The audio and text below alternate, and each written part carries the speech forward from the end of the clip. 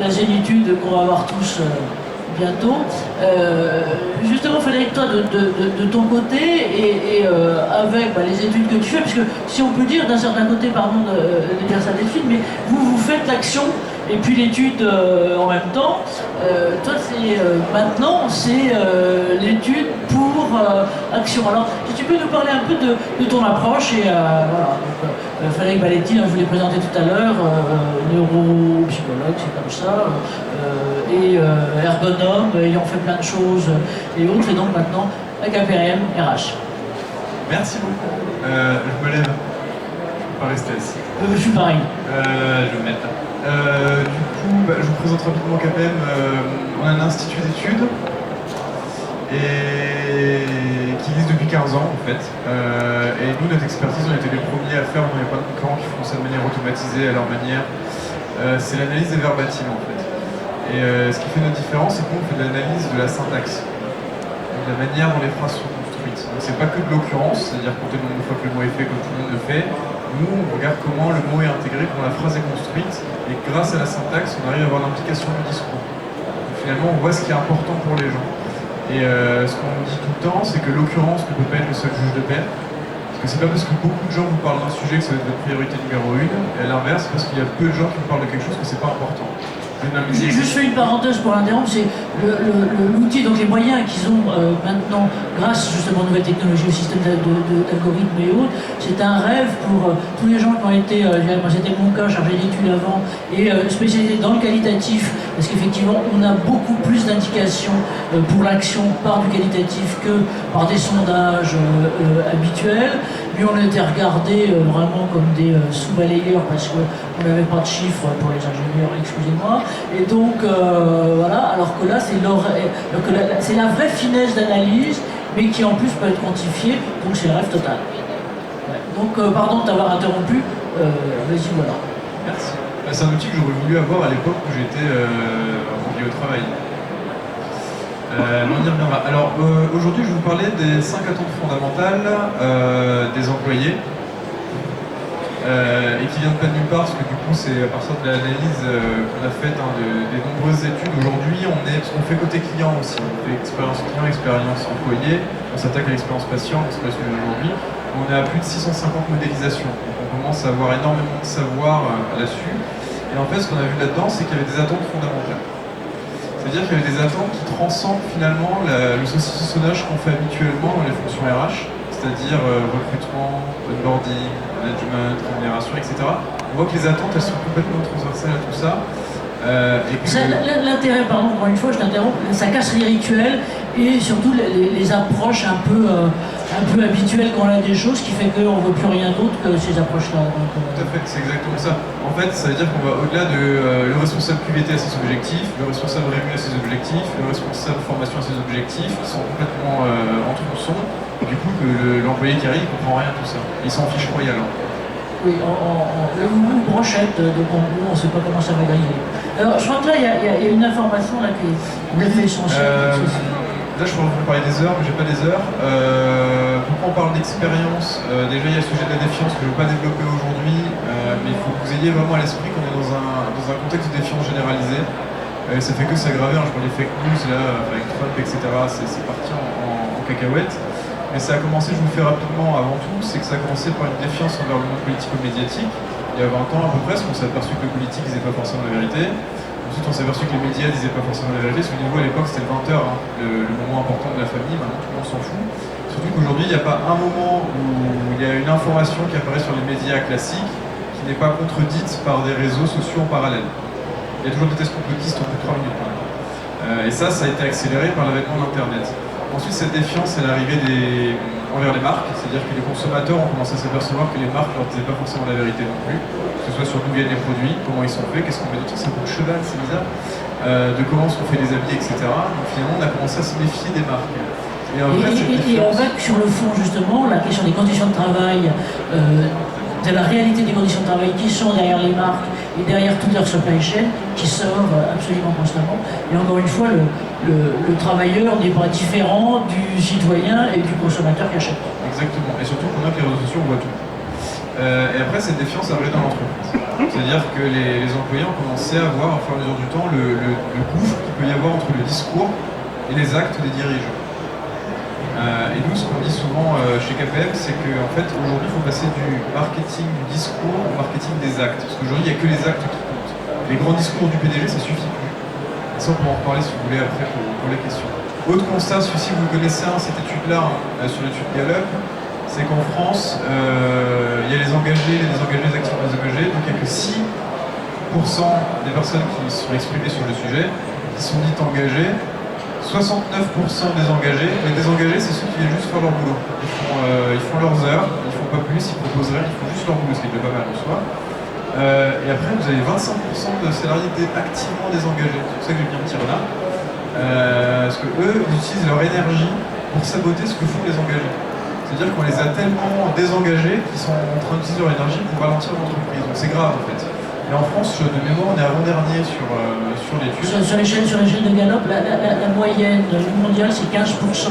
Donc, je veux dire, sur le truc de gauche, là, sur les salariés engagés, ça veut dire qu'on est. C'est un sondage de Gallup qui est fait, qui est un sondage mondial, enfin, c'est vraiment on vous mettra, oui, ce que je vous ai pas dit tout à l'heure, c'est qu'on vous mettra la présentation à téléchargement et vous aurez aussi la vidéo de cet atelier-là. Et on vous mettra, si vous voulez, les indications là-dessus. Oui. Et donc là, ce que souligne Félix, c'est que 6% en France, 15% au niveau mondial. Après, je ne vous raconte pas tous les sujets de turnover que vous connaissez. Je ne vous raconte pas les sujets d'absentéisme que vous connaissez. Donc aujourd'hui, on a plein de facteurs, plein d'indicateurs qui est en train de montrer que ça part un peu en cacahuète, mais pas partout. C'est ça qui est intéressant de savoir. Donc voilà pour le décor. Du coup, je vais vous parler des 5 attentes maintenant. La première, j'y vais direct, parce que sinon je vais prendre 1000 ans. La première, c'est ce qu'on appelle l'orientation employée. L'orientation employée, d'après mon petit cas, ça ne va pas vous étonner. On fait le forum UX, ça ne va pas vous étonner non plus. C'est finalement, est-ce que le regard de l'entreprise est tourné vers l'extérieur ou vers l'intérieur? Est-ce que quand je fais un projet d'aménagement locaux, de conception de locaux, quand je fais un projet de réorganisation, quand je fais un projet informatique, est-ce que je mets les employés en amont du projet? C'est comme ça qu'on voit la différence chez les entreprises. Il y a ceux qui mettent les employés en amont des projets et les autres. Donc on gagne du temps, on gagne de l'argent et on gagne de l'efficacité. Et en plus, c'est une marque de confiance envers les employés. Donc, première question qu'il faut toujours se poser quand vous faites un projet qui impacte les gens, c'est est-ce qu'on est orienté employé? Est-ce qu'il y en a autour de la table? Si on n'a pas, arrêtez beaucoup dessus et perdre du temps et de l'argent. Donc l'orientation employée. La deuxième, c'est la culture d'entreprise. J'aime bien celle-ci, parce qu'il y a deux grands sujets. Ce que j'aime bien dire, c'est planter un cactus en Sibérie, c'est compliqué. Reproduire quelque chose d'une entreprise chez nous en pensant que ça va prendre direct, c'est tout aussi compliqué. Donc là-dessus, j'ai deux grands sujets que je vais vous synthétiser. Le premier sujet, c'est ce que j'appelle la différence entre le burger de l'affiche et le burger dans la boîte. Vous savez, tous les sujets de marque employeur. Vous venez chez nous... Ce qu'on appelait anciennement, pardon pour les gens de l'immobilier, le coût de l'appartement témoin. C'est exactement ça. Vous voyez, tout l'argent qui est mis aujourd'hui sur la marque employeur. On est chez nous, c'est dynamique, c'est merveilleux, il y a une musique magnifique avec le drapeau américain derrière, et puis des locaux magnifiques, on est dynamique, on est agile, on est bienveillant. Le jeune ici, il arrive, au bout de 2 mois, il dit j'ai pas signé pour ça. Et qu'est-ce qu'il fait? Il part. Et vous savez aujourd'hui les sujets qu'on a de rétention des jeunes talents. La fin du rêve. La fin du rêve, oui. Donc, surtout, ce qu'il faut dire, c'est que finalement, le premier acte de l'entreprise envers cette nouvelle entreprise, c'est de leur mentir. On m'a dit viens chez nous, c'est génial, mais c'est pas du tout ce que tu as dit. Le premier acte qu'on fait dans un monde de défiance généralisée, c'est mentir. Donc attention sur la marque employeur, on en parlait longtemps. Et le deuxième sujet là-dessus, c'est ce que je vous disais sur le cactus en Sibérie, c'est est-ce que mon projet est adapté à ma culture d'entreprise? Moi j'ai l'exemple que je donne toujours, c'est ce DRH qui me dit je voulais implémenter la culture du feedback, mais ça ne prend pas, je vais expliquer comment tu as fait. D'abord il me dit j'ai envoyé mes managers 2 jours en formation sur le feedback, là je préfère pas réagir, parce que la baguette magique formation, j'ai beaucoup de choses à dire là-dessus. Mais surtout quand on regarde sur le système de récompense de Reward, c'est que 100% des bonus des gens sont sur 100% d'objectifs individuels. Que les gens peuvent être en concurrence sur les mêmes projets. Comment vous voulez développer une culture du feedback dans une culture qui est complètement, chacun pour soi, quoi. Ça ne prendra pas. Donc, du coup, il va falloir peut-être revoir ça avant de développer la culture du feedback ou de le faire d'une manière différente. Donc, est-ce que le projet que je vais mettre en place est en adéquation avec ma culture d'entreprise, la tradition, le fonctionnement, etc., etc. c'est le grand delta que tu évoquais tout à l'heure entre le discours et l'action. Donc là, les gens sont de plus en plus sensibles à ça. C'est-à-dire qu'on voit une forme de retrait, finalement, à défaut du droit de retrait réel syndical, c'est un droit de retrait moral par rapport à des positions qu'on sent dégoulinantes et finalement pas très en prise avec la réalité. Et les gens le pardonnent plus, hein. C'est ça qui est intéressant. Parce que le marché du travail est plus tendu, le marché des cadres est plein, enfin, vous savez, donc les gens n'hésitent pas à changer de boulot. Le troisième, c'est la singularité de l'expérience. C'est finalement comment on prend moi en tant que moi dans des règles globales. Là, il y a plusieurs sujets. Il va y avoir effectivement le sujet de la formation, du parcours de carrière. C'est que moi, j'ai déjà un background différent de mon voisin, alors pourquoi tu me proposes les mêmes formations? Pourquoi on a les trucs sur tiroir alors qu'on est tous différents? Quel parcours de carrière tu me proposes? Parce que peut-être que j'ai commencé ingénieur et que j'ai envie de faire de la RH demain, je vais être ingénieur tout le temps.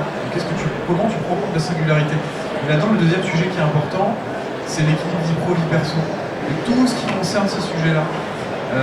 J'ai la garde de ma fille une fois par semaine, une semaine sur deux, je vais quitter le travail à 16h pour aller la chercher à la crèche. Il y a plein de gens qui demandent aujourd'hui, il y a plein d'entreprises qui disent non. Ces gens-là, de semaine après, sont plus là. Parce qu'ils considèrent qu'ils doivent prendre en compte mes contraintes personnelles, que ce soit la parentalité, que ce soit un sujet qui est en pleine émergence, là c'est les salariés aidants.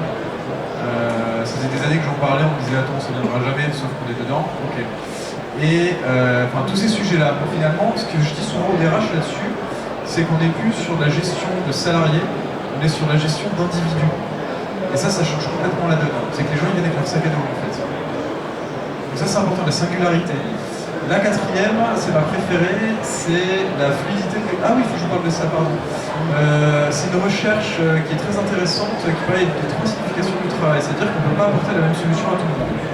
Et ça, c'est très intéressant. Vous voyez, j'ai trois types de travail. J'ai d'abord le job. Le job, c'est, on va dire, c'est le niveau 1. C'est les gens, ils font ça pour le job, pas pour la rémunération, pour le salaire, pour la sécurité. Ils sont là pour la sécurité de l'emploi, la rémunération. Eux, autrement dit, au travail, j'achète mon pouvoir d'achat. Exactement, c'est exactement ça. Et eux, ils quitteront l'entreprise que si on leur propose quelque chose de mieux payé, mais qui ne les mettent pas en risque non plus. Vous voyez? Donc ça, c'est leur niveau de motivation. Le deuxième, c'est la carrière. C'est que moi, je vais dans l'entreprise et elle me propose un parcours de carrière. Je vais évoluer dans l'entreprise, je vais prendre des galons, on va me donner des projets, etc. Donc il y a une forme de loyauté qui se fait au niveau de l'entreprise. Donc là, j'ai des motivations déjà différentes. C'est comment tu me fais évoluer dans cette boîte-là. Et le dernier, qu'on a souvent d'ailleurs dans les métiers de la santé et les métiers sociaux, c'est la vocation. Là, c'est la vocation. Donc ici, ce que je vais chercher, c'est un épanouissement dans ce que je fais. C'est-à-dire que c'est au-delà du travail, c'est quelque chose qui est très important pour moi, c'est ce qui me drive dans la vie. Donc là, il y a une vraie relation affective avec l'entreprise qui va se faire. Donc, vous voyez déjà sur ces trois catégories, je vais devoir apporter des solutions différentes. On parle vraiment de singularité. Le quatrième, c'est la fluidité de l'expérience. La fluidité de l'expérience, vous savez, on a vu trois types. Le premier type, c'est ce qu'on a appelé la fluidité des outils. C'est que je prends 2 minutes pour tout faire avec ça, en tant que consommateur. J'arrive au boulot et je dois faire mes notes de frais. Je sais que j'en ai au moins pour 45 minutes parce que je dois imprimer les trucs, les agrafer, les envoyer, les machins, etc. Et du coup, ce qui se passe là-dessus sur la fluidité des outils, c'est que les gens tolèrent de moins en moins le gouffre qu'il y a entre l'expérience du consommateur, en tant que consommateur, et l'expérience du salarié. On se dit, mais pourquoi il y a autant de décalage? Mais ça, c'est un truc essentiel, c'est que les comportements maintenant sont, y compris, enfin surtout les comportements professionnels, sont totalement tirés par les comportements individuels de tout un chacun dans la vie courante. Et ça, c'est une révolution qui était en marche déjà depuis une dizaine d'années, ou 15, mais qui est indispensable à prendre en compte. Tout à fait, c'est les individus. J'ai la fluidité organisationnelle que vous connaissez, j'ai une idée, est-ce qu'il y a 6 circuits de validation ou est-ce qu'on peut la tester tout de suite? Le concurrent il va la tester tout de suite. Et la troisième fluidité, c'est tout bête, c'est la fluidité physique. Je vous donne un exemple en 2 secondes, c'est les gens, j'ai vu ça souvent en région parisienne, ils ont les bouchons parisiens, ils arrivent au parking, à la barrière du parking, ils prennent 30 minutes pour se garer dans le parking de l'entreprise, avant de pouvoir commencer à prendre l'ascenseur. Ils vont chercher des salles de réunion dispo, ils vont faire la queue à la cantine, et à la fin de la journée, ils refont 30 minutes pour juste sortir du parking. Comment vous voulez les engager sur des missions, alors que vous leur cassez les pieds tous les jours juste pour se garer, vous leur refusez parfois le télétravail? La barrière est physique et symbolique, les deux. Tout à fait. Merci et le sens et l'éthique qui montent en flèche, ça ne vous apprend rien, mais nous on le voit de plus en plus dans les histoires qui nous sont rapportées par les salariés, c'est qu'ils veulent du sens, ils veulent de l'éthique, ils veulent de l'exemplarité de la direction générale. Donc là c'est vos politiques RSE, vos politiques de santé au travail, vos politiques RH, l'équité, etc. La diversité qui est important. Je vous dis juste un verbatim là-dessus qui en dit long, c'est cette personne qui dit j'ai adoré le discours de mon DG sur l'environnement jusqu'à devoir sortir avec sa couche Cayenne. En fait, là, vous les avez perdus. Voilà, je vous le dis en très rapidement, je vous montre juste à quoi ça ressemble ce qu'on fait. C'est ce qu'on appelle un tracker, ça. C'est un de nos produits, parce qu'on en a un autre, ce qui fait aussi la mesure de la symétrie des attentions. Tout bête, première étape du parcours, donc ça sort spontanément de tout le discours des gens, on ne prépare rien à l'avance, tout vient du discours. Et ça, c'est important de le savoir. On les classe par... Rien n'est préétabli, et ça, c'est génial, c'est totalement spontané. Tout à fait. Tous les trackers sont différents d'une entreprise et d'une autre, voire d'une étude et une autre dans la même boîte. On les classe par grande famille pour vous aider un peu à lire le tracker. Et ensuite, on va vous aider à choisir la priorité là-dedans. Quantification, les bulles bleu ciel, il y a un chiffre dedans. Ça, c'est l'occurrence, dont vous parlez, c'est moins le pourcentage de personnes qui spontanément vous ont parlé de ce sujet. Vraiment classique. Sauf que si on regarde que ça, on fait une erreur. Les barres bleues, j'ai isolé le discours des promoteurs. En fait, je vais poser une question, c'est ce que je vous recommanderais à un proche d'entreprise de 1 à 10, mettre une note, après je vous demande de donner les raisons qui les ont poussés à donner cette note-là. Je pensais qu'ils m'ont mis 9 ou 10 et je regarde ce qu'ils me racontent. Vous voyez, j'ai des barres bleues qui montent au ciel et des barres bleues qui restent à quai. Ça, c'est le niveau d'engagement dans le discours. Plus c'est haut, plus ils sont engagés. Ils expliquent pourquoi ils ont été engagés à ce moment-là. À l'inverse, barre rouge, vous avez deviné, j'ai isolé le discours des détracteurs, c'est qu'on a mis une seule note. Plus la barre rouge est profonde, plus le discours est élément. Le troisième élément, vous voyez pas, je suis navré, je pense, mais le plus important et le plus discret, c'est le petit bonhomme jaune. Le petit bonhomme jaune que vous voyez à chaque point d'étape, en fait, lui, c'est le barissant du discours. C'est la moyenne entre le nombre de notes et leur intensité de discours, le nombre de promoteurs et leur intensité de discours, et le nombre de détracteurs et leur intensité de discours. C'est là où vous en êtes, en fait. Et votre potentiel de progression, c'est la distance entre le bonhomme jaune et l'autre de la barre bleue. Cet exemple très rapidement, là, ça veut dire que... Vraiment rapidement, 30 secondes. 30 secondes. Les rares fois où je suis bon, je suis exceptionnel. C'est génial, ça décolle.